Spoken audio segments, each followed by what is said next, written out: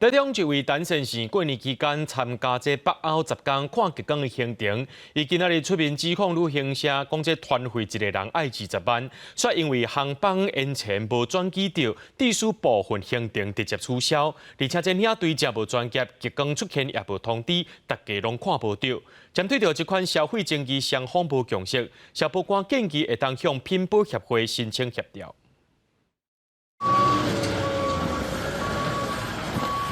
阮识的寒冰世界真正美丽。台中陈先是一口罩死的人，今年距离过年参加北澳云南10天看北极光的行程，一人团费20万。不过出国度假转来说气煞煞，伊离背出面指控讲，毋是班机耽误，也是转机时间伤短坐无着，致使其中有一天要坐细最下掠地用钱，煞来取消，连上场来看北极光，嘛因为领队失误煞看袂到。一天超过将近2万块的这个旅费，你行程完全没有走。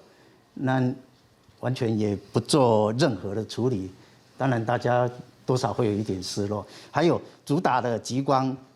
其实大部分的人都没有看到。陈先是讲北极光有出现，不过因为领队无甲大家讲出来极光警报的意思，致使大家煞无看到，向旅行社要求爱退回无成型的付费行程。不过旅行社讲这是不可抗力的因素来计算。消保官讲，照各国团队旅游定型化客户的规定，旅行社主张航班延前影响旅游行程，爱家己减负相关的证据证明。旅客若是无同意变更行程，会当要求终止旅程。若是调整行程造成损害扩大，就应该爱负责。就是旅行社他如果没有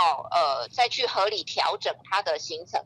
以至于造成整个行程影响的损害扩大的话。针对损害扩大的这个部分，有可能旅行社就要负责，但是这必须要看个别的具体的事实。